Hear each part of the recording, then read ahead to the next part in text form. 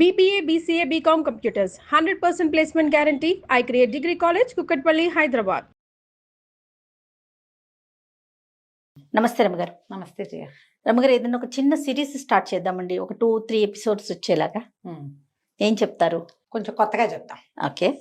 ఎప్పుడో జయ చాలా రోజుల క్రితం ఒక ఇంగ్లీష్ సినిమా చూసారు, ఫ్రీకీ ఫ్రైడే. ఫ్రీకీ ఫ్రైడే ఎవరైనా ఇంట్రెస్ట్ ఉంటే చూడండి. ఈ ఫ్రీకీ ఫ్రైడేలో తల్లి పిల్ల, తల్లి 2 పిల్లలు, ఆ అమ్మాయి తండ్రో మరి అతని భర్త తండ్రో నలుగురు కలిసి ఉంటారు. భర్త చనిపోతాడు. ఆ పిల్లకి తల్లికి క్షణం పడదు. పిల్ల భావాలు తల్లికి అర్థం కావు, తల్లి భావాలు పిల్ల అర్థం చేసుకోదు, సహజంగా కదా. అయితే వీళ్ళు ఒక చైనీస్ రెస్టారెంట్కో ఎక్కడికో వెళ్తారు. తల్లి పిల్లకి పడట్లేదని ఆ రెస్టారెంట్ ఒక ముసలావిడ ఒక అమ్మాయి రన్ చేస్తుంటుంది, ఆవిడ తల్లి ఉంటుంది. ఆవిడ ఏం చేస్తుందంటే వీళ్ళకి ఏవో చాక్లెట్లు ఇస్తుంది, దాని మీద స్విచ్ రాస్తుంది. స్విచ్ రాస్తే తల్లి పిల్లగాను పిల్ల తల్లిగాను మారిపోతారు. బాగుంది. తల్లి పిల్లలాగా బిహేవ్ చేస్తుంది, పిల్ల తల్లిలాగా అవుతుంది. కొద్ది రోజులకి వాళ్ళకి అవతల వాళ్ళ కష్టం ఏమిటో తెలుస్తుంది అనమాట. ఓకే. తల్లి పడే ఇబ్బంది, కష్టము, ఆమె యొక్క ఐడియాలజీ పిల్లకి అర్థం అవుతుంది.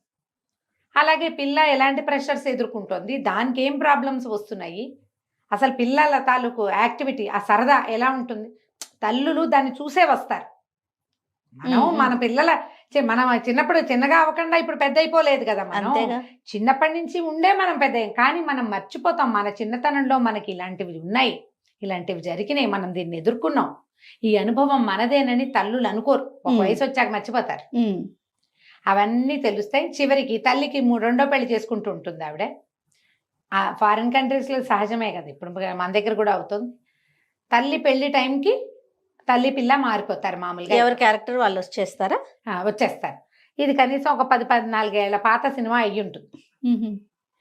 నేను చాలా చిన్నప్పుడు ఇలాంటి కథ చదివాను అని నా ఉద్దేశం. ఓకే. ఎప్పుడో చదివాను ఇలాంటిది, ఒక్క ఎపిసోడ్, ఒక్క సంచికే చదివా. ఎపిసోడ్ అని కూడా ఒక్క సంచికే చదివాను, ఎవరింట్లోనో. దానికోసం బాగా వెతుక్కున్నాను. 1950లో రాయబడింది చందమామలో ఈ కథ. తండ్రి కొడుకులు. ఓకే. Same switch. మీరు కావాలంటే ఫ్రీకీ ఫ్రైడే చూడండి, బాగానే ఉంటుంది సరదాగా. ఆ కథ చెప్దాం. ఇప్పుడు ఇంత ఉపోద్ఘాతం ఎందుకు చెప్పానంటే తప్పకుండా దీంట్లో మనం ఇంకొకటి నేను చెప్పదలుచుకుంది ఏంటంటే, తల్లి పిల్లలు లేదా తండ్రి కొడుకులు ఒకళ్ళనొకళ్ళు అర్థం చేసుకుంటే సమాజం బాగుంటుంది. అవునండి, జీవితాలు బాగుంటాయి. తండ్రులు మనము గడిపి వచ్చిన జీవితమే ఇది, మనకు కూడా ఇలాంటి సంచలనాలు, ఇలాంటి ఇబ్బందులు, ఈ కష్టం, నిష్ఠూరం ఇదన్నీ మనం అనుభవించిందేనని తండ్రులు అర్థం చేసుకుంటే, జ్ఞాపకం చేసుకుంటూ ఉంటే, అప్పుడు పిల్లలకి ఈ టీనేజ్ బాధలు అంత ఎక్కువ ఉండవు. అవునండి, ఎందుకంటే తండ్రి సహకరిస్తాడు కాబట్టి. పైగా మన కాలం నాడు నేను నడిచెళ్ళేవాడిని నా 12 ఏళ్ళప్పుడు అని అనుకోకూడదు. కాలం మారిపోయింది, ఇప్పుడంతా టెక్నాలజీ యుగం. మన చిన్నప్పుడు ఉన్నట్టే ఉండక్కర్లా, ఇప్పుడు రకం మారింది. అంతే కదా. అక్కడి నుంచి పిల్లలు ఇంత కష్టపడతాడు తండ్రి తన కోసం, ఆయన తాలూకు ప్రతి స్వేద బిందువుని నేను వాడుకుంటున్నాను అని పిల్లలకు కూడా అర్థం కావాలి. మనం వాళ్ళని అర్థం చేసుకుంటే వాళ్ళు మనని అర్థం చేసుకుంటారు. అవును రమ్మగారు, అది చెప్పడానికే ఈ కథ. తప్పకుండాను. ఒకప్పుడట వైకుంఠంలో శ్రీ మహావిష్ణువు లక్ష్మీదేవి కబుర్లు చెప్పుకుంటున్నారు. లక్ష్మీదేవి అందట, ఏమండి ఎంతమంది భక్తులు ఉన్నారు మీకు, నిరంతరము ప్రార్థించే వాళ్ళు ఉన్నారు, ఎప్పుడైనా వాళ్ళ కోరికలు తీరుస్తున్నారా అండి మీరు అని అడిగింది. ఏనన్నాడు, తీర్చడానికి ఏముంది, తీరుస్తూ ఉంటాం, తీర్చము, ఏదో అడుగుతారు తీరుస్తాం. వాడు అడిగిందల్లా తీర్చేస్తే జీవితం నేల భూమి ఇలా ప్రశాంతంగా వెళ్ళదు. ఒక కోరిక వస్తుంది, అది వెంటనే తీరిపోయింది అనుకో, ఇంకోటి వస్తుంది.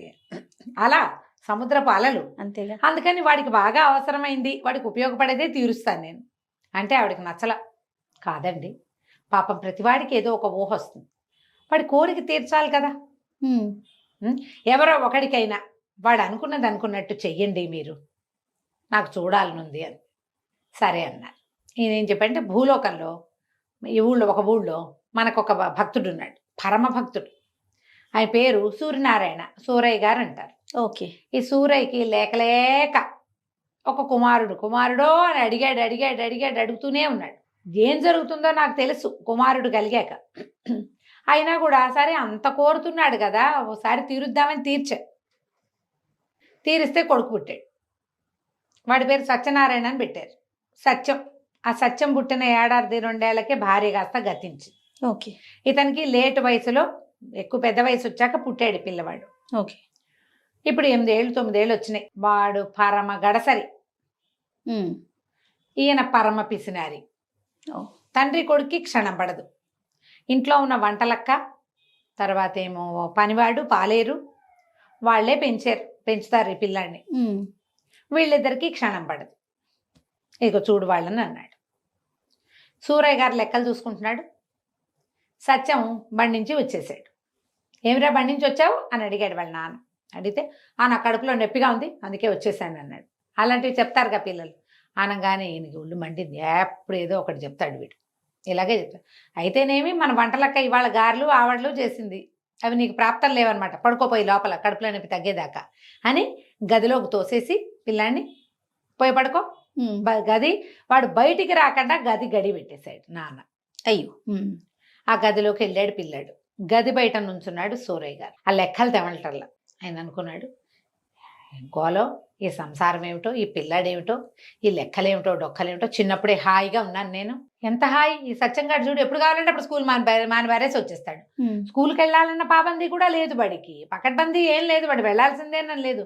మానేస్తాడు. కడుపులో నొప్పి, కాలు నొప్పి, వేలు నొప్పి, నడు నొప్పి అంటాడు, జలుబు అంటాడు, వెళ్ళనంటాడు, ఏదో మారం చేస్తాడు, లేటుగా లేస్తాడు. హాయిగా స్కూల్ మానేసి ఎగ్గొట్టి కూర్చోవచ్చు. ఈ లెక్కాడొక్క తేలేసరికి దుంప దిగిపోతుంది, బాకీలు రావు బయట నుంచి. చిన్నప్పుడే హాయిగా ఉన్నా అనుకున్నాడు. లోపల ఉన్న సత్యం అనుకుంటున్నాడు, దిక్కుమాలిన బడి, వెధవ బడి, ఎప్పుడు పోవాలి, వెధవ లెక్కలు, వెధవ మాస్టారు, చచ్చిపోతాను పడలేక. నాన్న పని హాయి, ఇంట్లో కూర్చొని హాయిగా లెక్కలు పెట్టుకోవటమేక.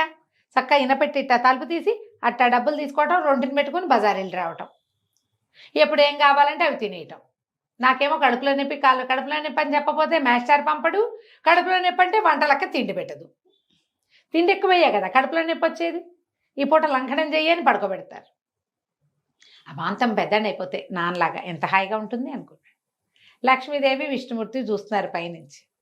ఆవిడంది, ఏమండి పాపం పిల్లాడు కోరుకుంటున్నాడు, తండ్రి కోరుకున్నాడు, వాళ్ళ కోరిక తీర్చండి అనేసరికి సరే చూద్దాం ఏం జరుగుతుందో అని స్విచ్ చేసేసాడు. ఈ తలుపు కొడుతున్నాడు, లోపల మంచం మీద పడుకున్నాడు సత్యం. వాకిట్లో తలుపు కొడుతున్నాడు సూరయ్య గారు. వాడు ఎంతున్నాడు సూరయ్య గారు? 8 ఏళ్ల బొట్టికాయ అయిపోయాడు. మనుషులు మారిపోయారు. శరీరాలు అలాగే ఉండి బుద్ధులు మారటం కాదు, మనుషులే మారిపోతారా? సూరయ్య గారు ఉన్నాడు కానీ ఆయన 8 ఏళ్ల పిల్లాడుగానే ఉన్నాడు. ఆయనకి లెక్కలు డొక్కలే ఉన్నాయి బ్రెయిన్ లో. ఓకే. నేను చిన్నపిల్లాడిని అయ్యానని అనుకోలేదు. బయట కిందకి నడిచొచ్చాడు. నడిచొచ్చి ఒక 4 అడుగులు వేసాడు. ఆయనకి బజార్లో పని ఉంది. ఓకే.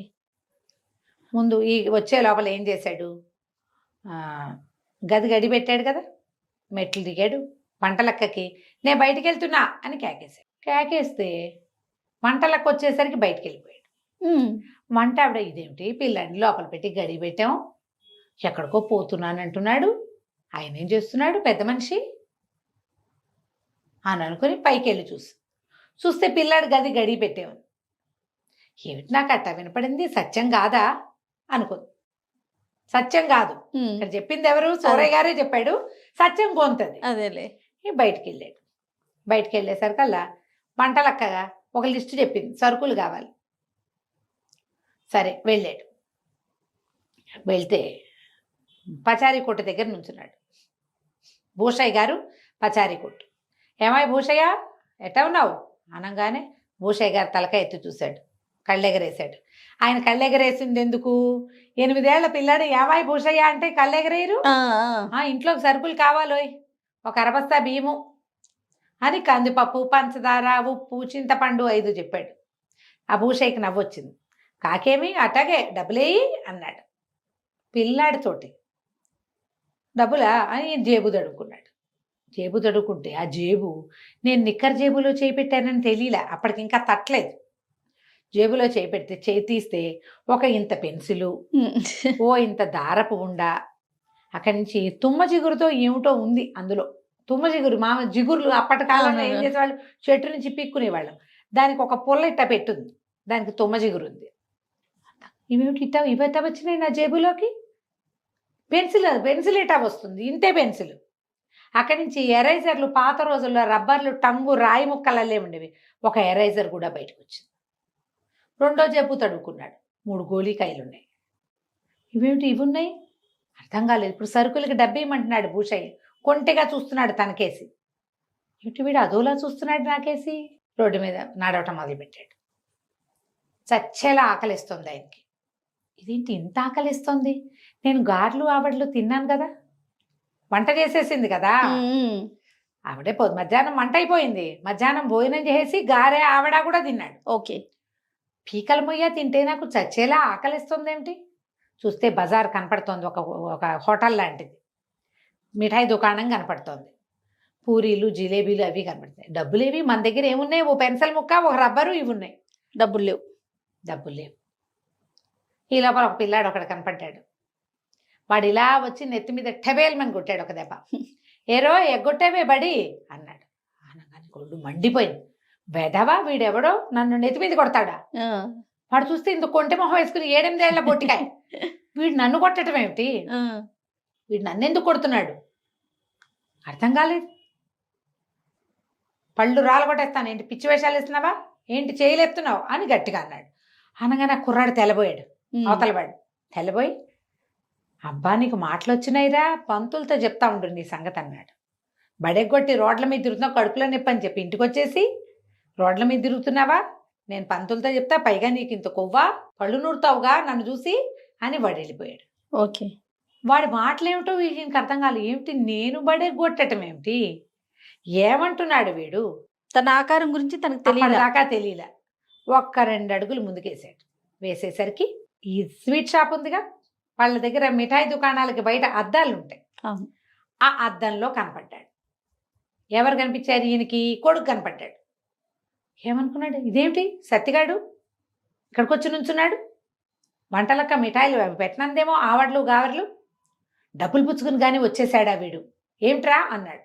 అప్పుడు చూసుకున్నాడు, ఏమిట్రా అంటోంది, తన తానే అనుకుంటున్నాడు. అర్థం కాలేదు. అటు ఇటు నడిచాడు. తన చెయ్యి నెత్తి మీద పెట్టుకున్నాడు. అద్దంలో తనే కనపడుతున్నాడు. తను సత్యంలాగా ఉన్నానని సూరయ్య గారికి అర్థమైంది. ఓకే. అందుక భూషయ్య ఎట్లా అన్నాడు, ఆ పిల్లాడు ఎవరో నా నెత్తి మీద టొపేరని లేవదీసినట్టు కొట్టాడు. ఎందుకు కొట్టాడు వాడు? తన ఫ్రెండ్ అనుకుని. అర్థమైంది. ఏంటి నేను ఇట్లా సత్తిగడ్లా ఎలా మారిపోయాను? అర్థం కాలేదు. కడుపులో కర్ర కర్ర కర్ర కర్రలాడిపోతోంది ఆకలి. ఏం చెయ్యాలో తెలీదు. ఇక డబ్బులేమో లేవు. సరే ఇంటికి వెళ్ళిపోదాం అనుకున్నాడు. నడుస్తుంటే గాల్లో తేలుతున్నట్టు పడుతున్నాయి. సూరయ్య గారు 50 ఏళ్లవాడు. ఆయనకి లేటుగా కదా పిల్లాడు పుట్టింది.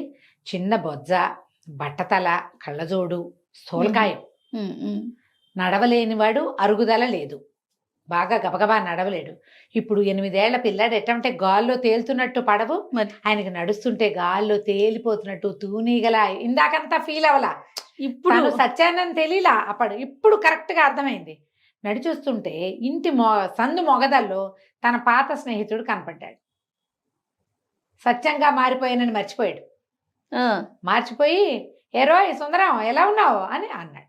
ఆనంగానే ఆ సుందరం గారు కళ్ళు రూతూ, ఏమిట్రా కొవ్వెక్కిందా వెదవా, పెద్ద చిన్న లేదు, మీ నాన్నకి చెప్పి తాట ఒలిపిస్తానన్నాడు. అప్పుడు గుర్తొచ్చింది, నేను సత్యంగా మారిపోయాను. తాట ఒలిపించుకోవడం ఎవరికి ఇష్టమో. సరే పరిగెత్తుకుంటూ వచ్చేసాడు. ఇప్పుడు లోపలికి వచ్చాక డౌట్, ఏమిటి ఏం చెయ్యాలి? ఇప్పుడు తను పరిగెత్తుకుంటూ వెళ్తే ఎట్లా, ఏం చెయ్యాలో తెలియటల్లా. ఈ లోపల గదిలో ఉన్నాడు కదా కొడుకు, పిల్లవాడు. వాడు ఒళ్ళు సాగదీసుకుని పడుకుందాం అనుకున్నాడు. సాగదీస్తే సాగదే ఒళ్ళు. వంటలక్క ఏం పెట్టదు ఇప్పుడు, నాన్న తలుపు తీయడు, పడుకోవాలి మనం. కాసేపు నిద్రపోవాలంటే ఏ పక్కకి తిరిగినా ఏమిటో బొజ్జడ్డం పడుతోంది. మొహం మీద కళ్ళజోడు. వాడికి అలవాటు ఏముంది, పక్కకి తిరిగి ఇట్ట పెట్టుకున్నాడు. పెట్టుకోగానే కళ్ళజోడు తగిలింది. ఇదేమిటి కళ్ళజోడు వచ్చింది? కళ్ళజోడు తీశాడు. తీస్తే ఏమీ కనపట్టాలా. మొహం నుంచి కళ్ళజోడు తీస్తే ఏం కనిపించట్లేదు. అదే వాడికి అర్థం కాదు. మళ్ళీ కళ్ళజోడు పెట్టుకుంటే కనిపిస్తుంది. ఇదేంటి నేను ఇలా అయిపోయాను, నాకు కళ్ళజోడు ఉండటం ఏంటి, ఆ కళ్ళజోడు లేకపోతే కనపడకపోవటం ఏంటి, పక్కకి తిరుగుతుంటే ఒళ్ళు ఏమో బద్ధకంగా ఉంది. మంచం దిగితే సత్యానికి తెలిసింది తన ఒళ్ళు ఎంతో బరువుగా ఉన్నట్టు. 2 అడుగులు వేసాడు. ఒక అల్మరా, దానికి ఒక నిలువుట అద్దము ఉన్నాయి ఆ గదిలో. పిల్లాడు కదా, ఆవిడ గదిలో అద్దం. అటు తిరిగాడు. తిరిగేసరికి నాన్న కనపడ్డాడు. వెంటనే వీడు, నా కడుపులో నొప్పి లేదులే, బళ్ళలోకి వెళ్ళిపోతాను అన్నాడు. నాకు తట్టింది. ఏమిటి నా గొంతు ఇలా ఉంది? పైగా అది నాన్న మాట్లాడుతున్నట్టు కనపడుతోంది. నాన్నలాగా మాట్లాడుతున్నాను ఏంటి నేను? అటు ఇటు కదిలాడు. చూస్తే ఇంత బొజ్జ, స్థూలకాయం, పాత రకపు పంచ, పైన ఒక చొక్కా లాంటిది, ఏమంటారు దాన్ని, మనం బన్నీలు లాంటివి వేసుకునే వాళ్ళు పాత రోజుల్లో. ఈ మన మల్లుగుడ్డతో కుట్టించేవాళ్ళు. లాల్చీ అంటే పూర్తి లాల్చీ కాదు, ఇక్కడ దాకా చేతులుండి లాల్చీ లోపల వేసుకునేది అనమాట. ఇళ్లలో ఉన్నప్పుడు అవే వేసుకుని ఉండేవాళ్ళు. నిర్కాంతపోయాడు సత్యం. నేనేంటి నాన్నలా కనపడుతున్నాను? అటు ఇటు నడిచాడు, నెత్తి మీద చేయి పెట్టుకున్నాడు, ముక్కు కొక్కున్నాడు, కళ్ళజోడు తీశాడు, అన్నీ అదే కనిపిస్తుంది. వాడికి అర్థం, నాన్నలాగా అయిపోయాను నేను, ఇంత బొజ్జు వచ్చింది నాకు చూసుకున్నాడు. అప్పుడు వాడికి ఒకటి తట్టింది, అమ్మయ్య ఇంకా బడిలోకి వెళ్ళక్కర్లేదు. బడి అంటే అంత భయం, బడిలోకి వెళ్ళాల్సిన పనే లేదు. అటు ఇటు నడిచి ఎంజాయ్ చేశాడు. నాన్నతో ముక్కు గోకిచ్చాడు, నాన్నతో తల పీకించుకున్నాడు, నాన్నతో కళ్ళజోడు తీయించి పెట్టించాడు. పిచ్చి సరదా వచ్చేసింది సత్యానికి. అప్పుడు రొంటిన తడుకున్నాడు నాన్నలాగా. తాళాలున్నాయి. వాడు అప్పుడు తట్టిందా, తాళాలు ఉన్నాయంటే బ్రహ్మాండం మన పని. తలుపు దగ్గరికి వెళ్ళాడు. తలుపు దగ్గరికి వెళ్ళేసరికి ఈ లోపల ఏమైంది, వంటలక్క చూసుకుంటోంది. పిల్లాడు ఆకలి అంటున్నాడు అంటాడేమో, ఏమిటో చూద్దామని లోపల నుంచి తలుపు కొట్టాడు. వంటలక్క వచ్చింది పైకి. వచ్చి ఏం చేసింది, గడి తీసి, గడి తీస్తే లోపల ఎవరున్నారు, పెద్ద ఆయన సోరయ్య గారు. కానీ ఆయన కనపడలేదు. వంటలక్క కనపడితే ఏమవుతుందో, తన కొంత ఎలా ఉంటుందో తెలియలే. ఏమైనా తింటావా, పట్టుకురానా అని అడిగింది. అడిగి దిగెళ్ళిపోయింది. ఈయనకి అర్థమైన తలుపు తీయబడి ఉంది.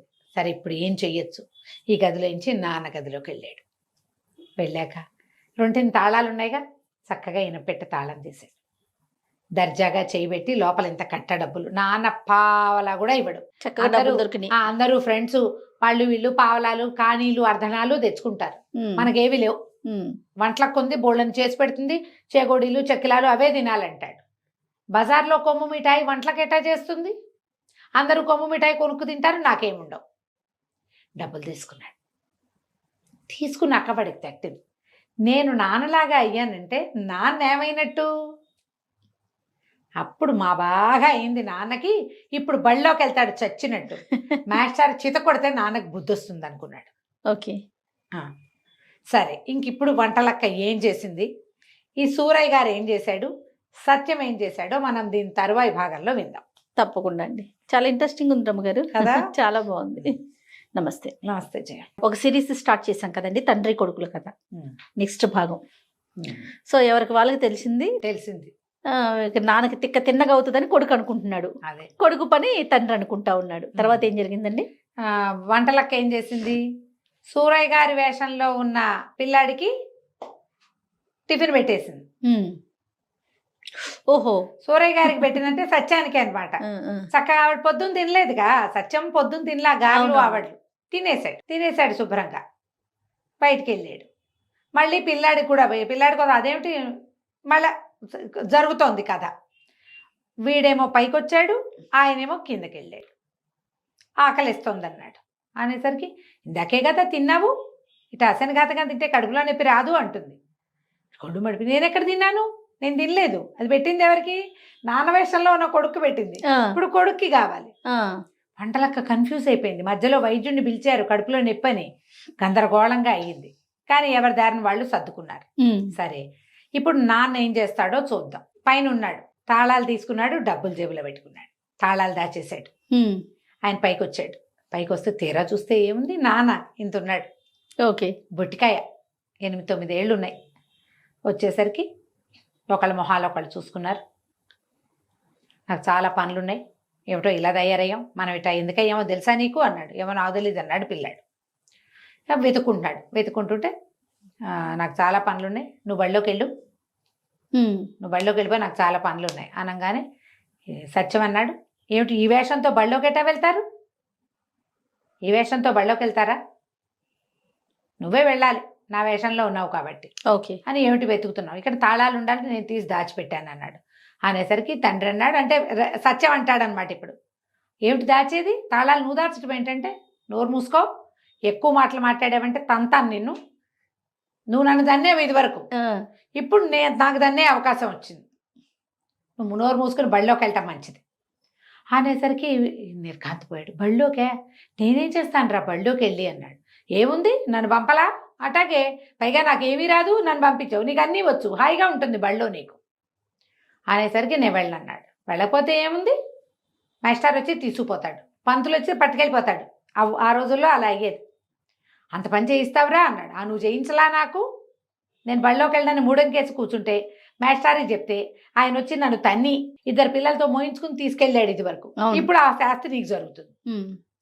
బళ్ళోకి వెళ్ళటం అంటే భయం వేసింది ఆయనకి. ఏం చేస్తాను నేను బళ్ళోకి వెళ్ళి, ఏదో ఒకటి చెయ్యి, నాకు తెలియదు అదంతా అనేసరికి నా వ్యవహారాలు నువ్వేం చేస్తావు, చేతొచ్చినట్టు చేస్తా, బళ్ళోకి అయితే వెళ్ళక్కర్లేదు, ఇక బడికి వెళ్ళే పని లేదు. ఇప్పుడు సూరయ్యకేమో నోరు వదిలేసే గుణం, సత్యానికేమో తిండి కావాలి, ఆయనేమో నోటుకొచ్చినట్టు మాట్లాడతాడు. ఓకే, ఏం చెయ్యాలో తెలీదు. సరే దిగాడు పిల్లాడి రూపంలో ఉన్న నాన్న. దిగాక వంటలక్క ఏమైనా తింటావా అని అడిగింది. ఎన్నిసార్లు పెడతావే పుండాకోరు అన్నాడు. వంటలక్క నిర్ఘాంతపోయింది. ఏం మాటలు, ఏం నేర్చుకుంటున్నావు, బళ్ళోకి వెళ్ళి దెబ్బలు పడతాయి మీ నాన్న కనుక చెప్పానంటే, నోరు జాగ్రత్తగా రా నీవు అనేసరికి ఈయన గుర్తొచ్చింది. నేనుగా లేను, పిల్లాడిగా ఉన్నా, ఇప్పుడు అనకూడదు అని చెప్పి, నీకు తన్నులు పడతాయి, ఒక పూట మాడితే నీకు బుద్ధి వస్తుంది, అలాగే ఉండు అని ఆవిడ రేవరేవా వెళ్ళిపోయింది. పిల్లాడిని ఏడాది పిల్లాడు అప్పటి నుంచి పెంచింది. స్వతంత్రం ఉంటుంది. కానీ ఇప్పుడు అయ్యగారు తిట్టినట్టు పిల్లాడు తిట్టకూడదు, అంతేగా. నోరు మూసుకో, వెళ్ళవతలకి అలాంటివి అనకూడదు, మారం చేయాలి పిల్లాడు. ఈయనకి మారం ఏమొచ్చు, తిట్టడమే వచ్చు. అక్కడి నుంచి సుబ్బయ్య పనివాడు ఉన్నాడు, వాకిట్ అక్కడ నుంచున్నాడు. ఒరే సుబ్బయ్య, నేను సూరయ్యను రా అన్నాడు. అనేసరికి సుబ్బయ్య కన్ను ఇట్లా అన్నాడు. అలాగేలేండి, మీరు ఏదంటే అదే, పిల్లాడు కదా వాడు ఏదంటే అదే.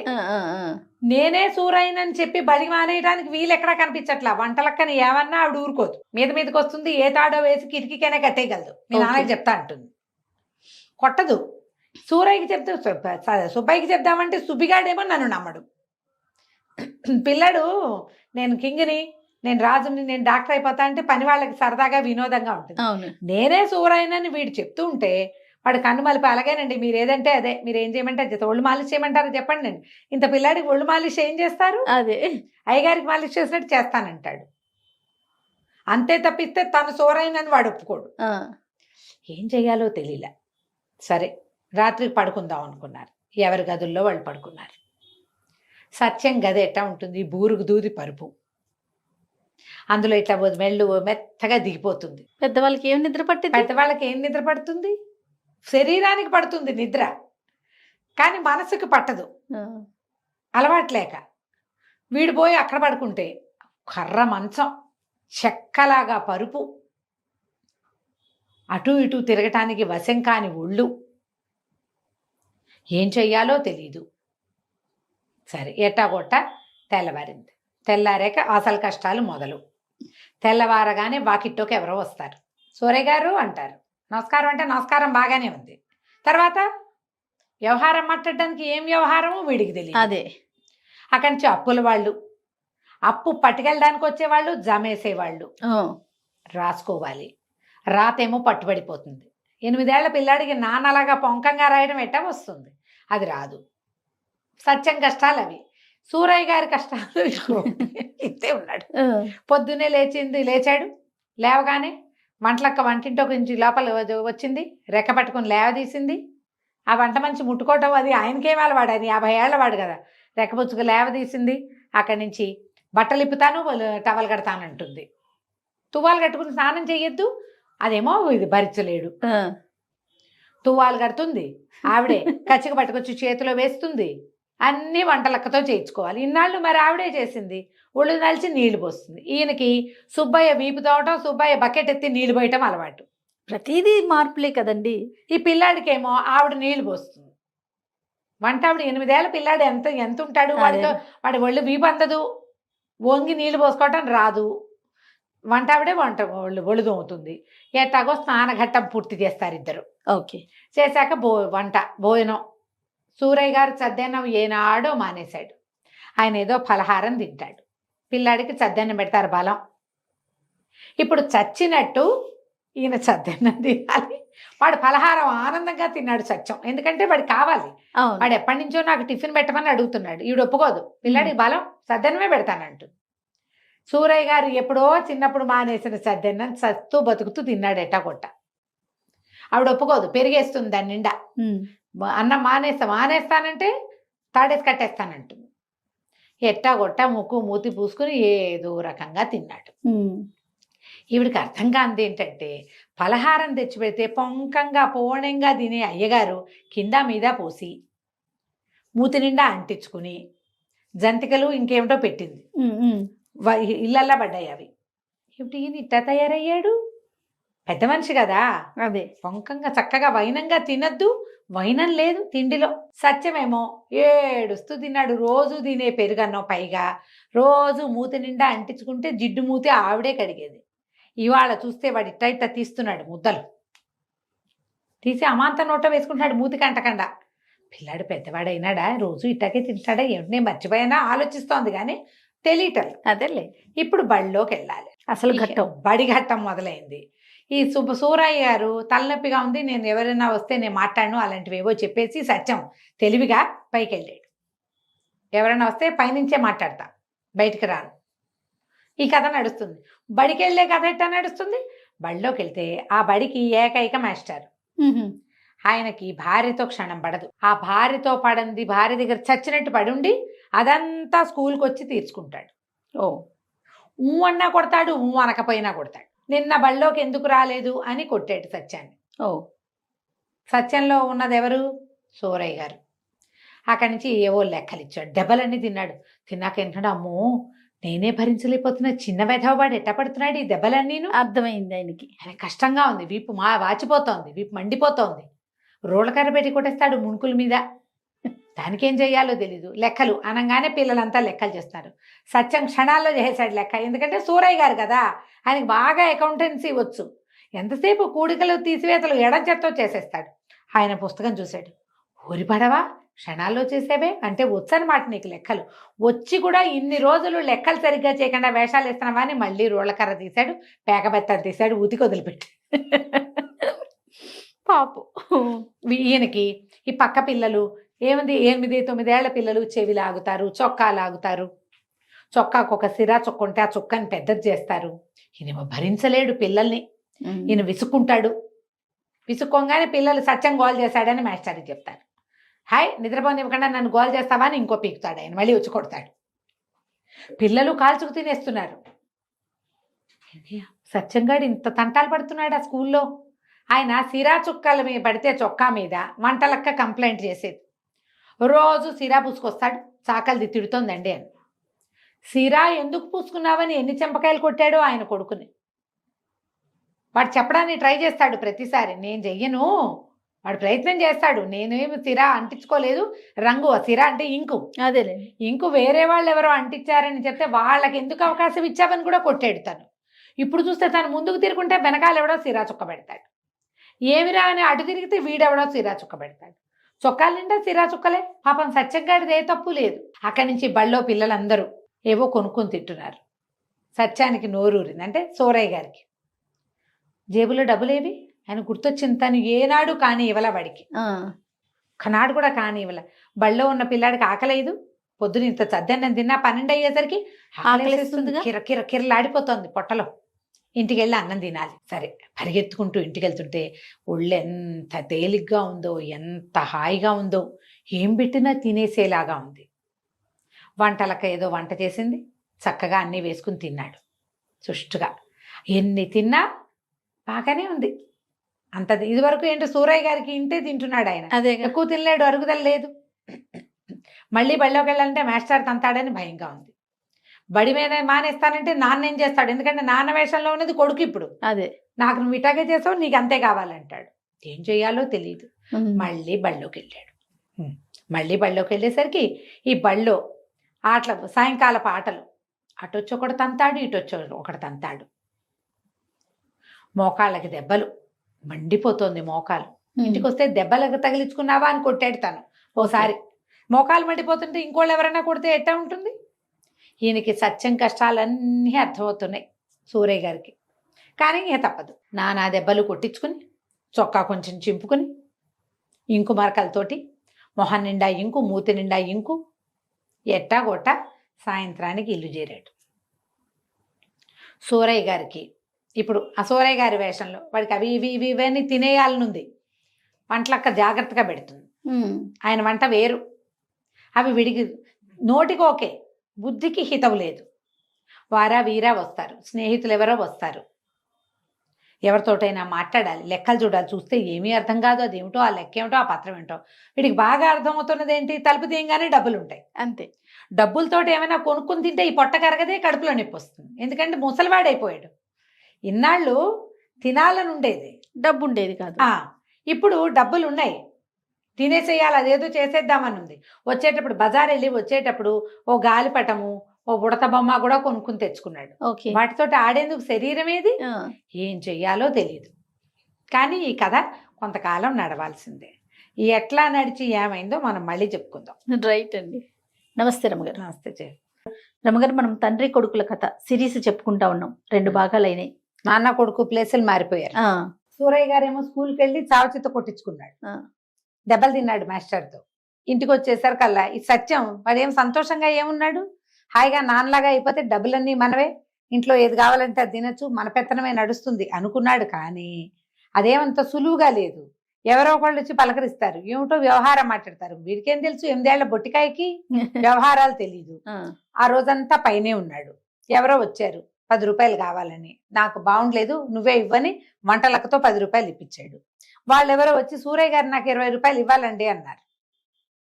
10 రూపాయలు కావాలని అడిగిన వాళ్ళకి ఇవ్వటం వేరు, ఆ బాకీ ఉన్నవాడు నిజంగా ఉన్నాడు తెలియదు. అయినా సరే వాళ్ళకు 20 రూపాయలు ఇచ్చేశాడు. ఎవరో వస్తే రేపన్నాడు. రేపైనా మళ్ళీ మామూలేగా. అక్కడి నుంచి ముందు వెనక ఈ పనులన్నీ వంట ఆవిడ పిలుస్తుంది, అదే ఇదే వ్యవహారం అడుగుతుంది. వీడికి ఏమీ తెలీదు, ముందు వెనక. అక్కడి నుంచి ఇంకా ఇందులో ఇంకో కొత్త సమస్యలు ఉన్నాయి.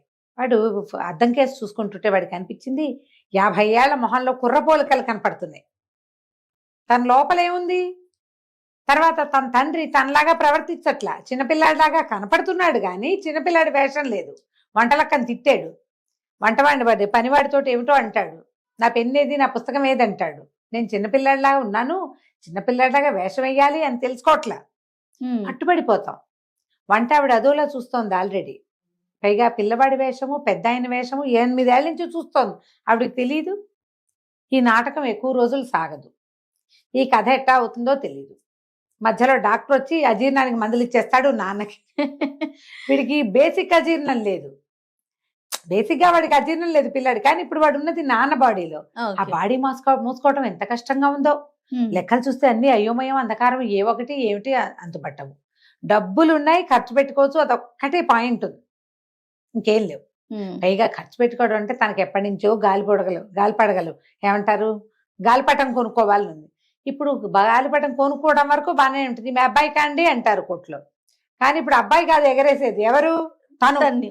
ఇప్పుడు ఇంత బట్టతల బాణబజ్జా వేసుకుని మేడెక్కి తను గాలిపటం ఎట్లా ఎగరేస్తాడు? సరదా ఎట్లా తీరుతుంది? ఒళ్ళేమో సహకరించదు. వాడికి ముందు వెనకగానే ఉంది. ఏం చేయాలో తెలియటల్లా. చీకటి పడింది. కాస్త చీకటి పడేసరికల్లా పిల్లాడు ఇంకా రాలేదండి అని వచ్చి చెప్పింది. అబ్బాయి రాలేదంటే, రాలేదా, ఎక్కడికి వెళ్ళాడు అని ఆలోచించి, వాడే వస్తాడులే కాసేపు చూద్దాం, ఏ నేస్తులు ఇంటికో పోయి ఉంటాడు అన్నాడు. వంట ఆవిడ సరేనని వెళ్ళిపోయింది. ఈ లోపల ఒక ఆయన వచ్చాడు. ఎరా సూరయ్య అని పైకి వచ్చేసాడు. ఆయనేమో ప్లేడరు, వకీలు, ఈయనకి పాత ఫ్రెండు. ఆయన వచ్చాడు. ఇక రానా పైకి అని అడగల, మిగిలిన వాళ్ళలాగా దబదబా మెట్లకి వెనకాల వచ్చేసాడు. వచ్చేసి పడకుర్చీలో కూర్చుని ఏమిటేమిటో వ్యవహారాలు, అక్కడ పొలం అంటాడు, ఇక్కడ తింటాడు, ఊహు అనాలో ఏమీ తెలీదు. ఎటా గొటా 1 గంట సేపు ఆయనకి ఇదయ్యి మాట్లాడి, ఏమిట్రా కునుకుపట్లు పడుతున్నావు, బతకంగా ఉంది ఏమిట్రా, సరేలే రేపు వచ్చి మాట్లాడతాను, అయినా నేను రేపు ఊరు వెళ్తున్నాను, 2 రోజులు వస్తానంటే అమ్మయ్య 2 రోజులు టైం దొరికింది అనుకున్నాడు. ఆయన దిగి వెళ్ళాడు. ఈ వంటలకు వచ్చి, పిల్లాడు రాలేదండి, సరే మీకు అన్నం పెడతాను రండి అని. పిల్లాడు రాలేదు అనగానే వీడు ఎక్కడికి వెళ్ళాడా నాన్న అని ఆలోచనలో పడ్డాడు. నేను ఇప్పుడే తిన్ను, కాసేపాకి తింటానంటే వంట ఆవిడ కేకలేసి, కాసేపాకి తింటే ఎట్టాగండి, మీకు అన్నం తినడానికి నిద్రపోవడానికి 2:30 గంటలైనా గ్యాప్ ఉండాలి, మధ్యలో వారం ఉండాలని చెప్పాడా డాక్టర్? ఇప్పుడు తినకపోతే అన్నం ఎట్టా అరుగుతుంది? దిగిరండి ముందు, మీరు అబ్బాయిలాగా నేర్చుకున్నారేమిటి? పెద్దానికి ఎప్పుడు అడిగినా రేపు రేపు తర్వాత మాపు అంటుంటారు అన్నది. ఆవిడకి అర్థమవుతోంది ఈ పిల్లాడు వేషం వేస్తున్నాడని.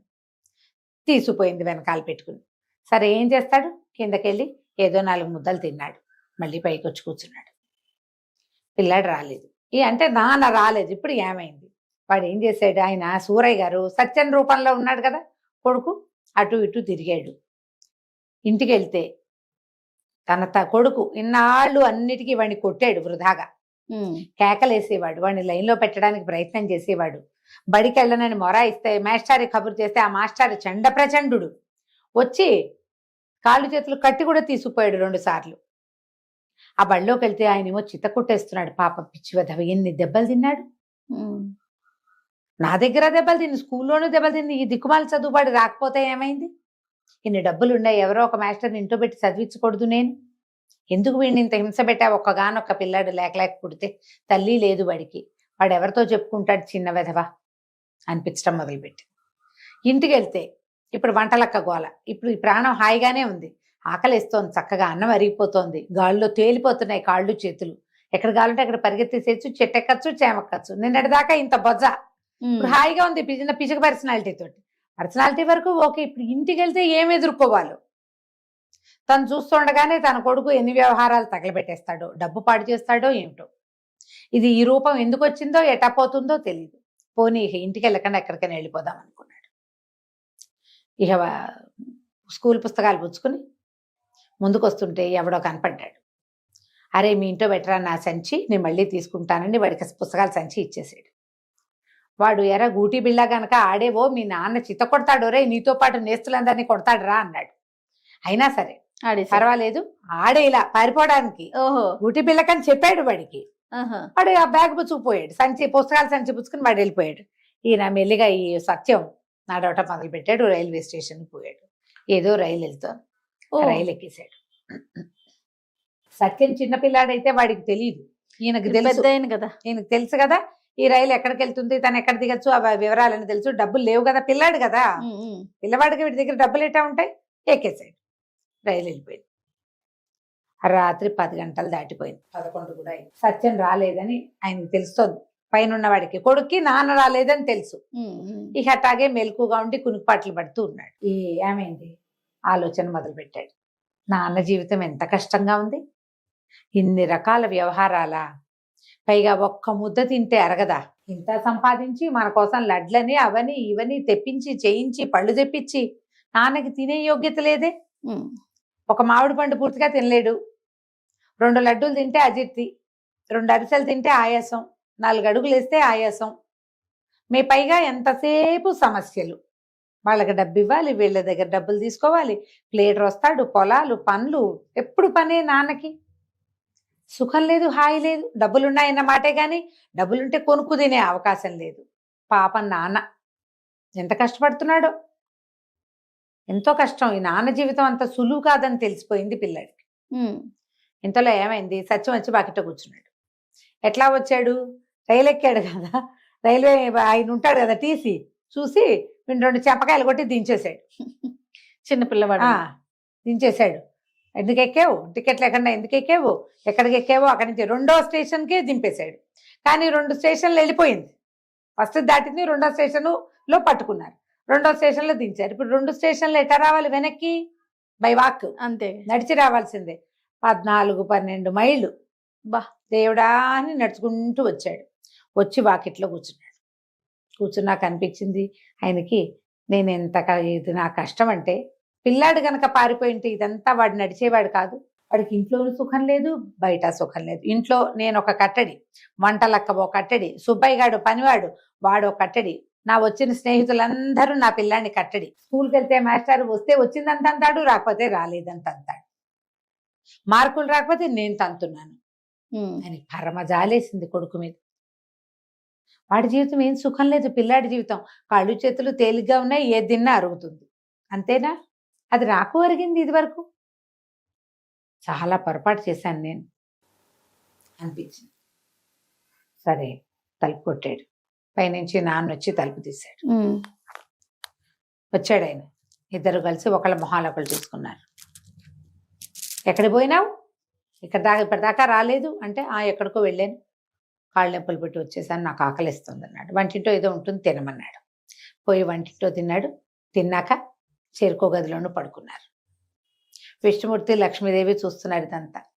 లక్ష్మీదేవి అంది, పాపం పిల్లాడికి వాళ్ళ నాన్న కష్టం అర్థమైందండి, నాన్న కూడా పిల్లాడి కష్టం అర్థమైంది, చాలేండి ఇచ్చిన వరం, ఎవరి రూపాయలు వాళ్ళకి ఇచ్చేసేయండి, పాపం వాళ్ళకి తెలిసింది కదా అంది. విష్ణుమూర్తి నవ్వాడు, నువ్వు మా అట్లాగే ఉంటావు, నీకు తెలియదు అన్నాడు.